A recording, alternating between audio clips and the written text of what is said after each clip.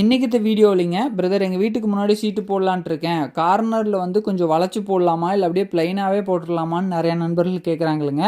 நீங்கள் கார்னரில் ஒரு அடி கிரிம்ப் வளைச்சி போடுறீங்க அப்படின்னா டேரெக்டாக மழை பெய்யும் போது அந்த கடைசி பர்லினுக்கும் லேப்டருக்கும் அதிகமாக மழை வந்து டேரெக்டாக மழை தண்ணி படாதுங்க.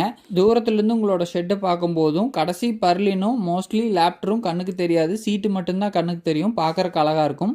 மூணாவது, நீங்கள் காம்பவுண்டு வரைக்கும் உங்களோட சீட்டு போட்டிருக்கிறீங்க அப்படின்னா மழை பெய்யும் போது அந்த கிரிம்ப் ஒரு அடி வளைச்சி போட்டிருக்கிறீங்க, 1.25 அடி வளைச்சி போட்டிருக்கிறீங்கன்னா அந்த தண்ணி வளைவு எவ்வளோ இருக்கோ அதை ஒட்டியே கீழே விழுமுங்க. நீங்கள் பிளைன் ப்ரொஃபைல் அப்படியே போட்டிருந்தீங்கன்னா தண்ணி வந்து 1 அடி to 2 அடி வரைக்கும் மழையோட ஃபோர்ஸுக்கு தகுந்த மாதிரி தள்ளி விழும். சப்போஸ் நீங்கள் காம்பவுண்ட் ஒட்டியே உங்களோட ஷெட் இருந்ததுன்னா பக்கத்து வீட்டுக்கும் உங்களோட ஷெட்லேருந்து போகிற தண்ணி விழறதுக்கு நிறையா வாய்ப்புகள் இருக்குது.